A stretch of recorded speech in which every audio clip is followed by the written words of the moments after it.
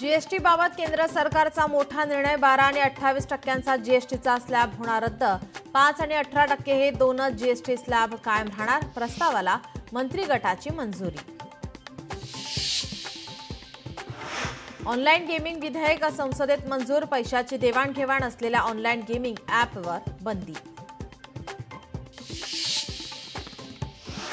लाडक्या नोकरदार महिलांच्या मुलांसाठी राज्यात पाळणा योजना पहिल्या टप्प्यात 345 केंद्र होणार सुरू।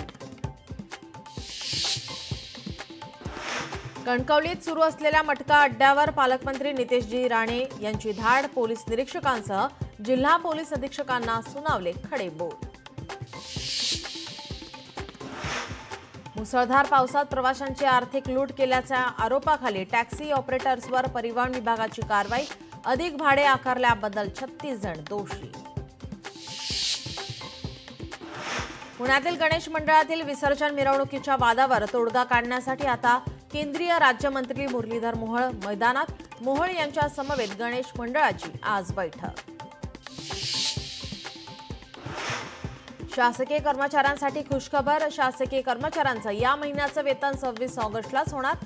गणेशोत्सवानिमित्त 5 दिवस आधी वेतन देण्याचा निर्णय।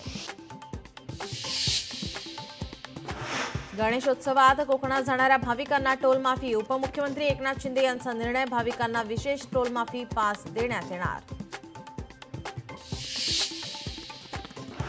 कोथरूड पोलीस स्टेशनमध्ये 3 तरुणींना मारहाण आणि जातीवाचक शिवीगाळ केल्याचा आरोप। झालेल्या एपीआय प्रेमा पाटील यांची पदोन्नती।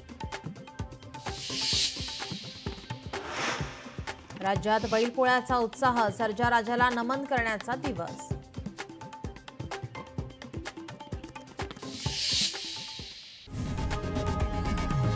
लोकशाही मराठी ऐका, पहा, जागरूक रहा।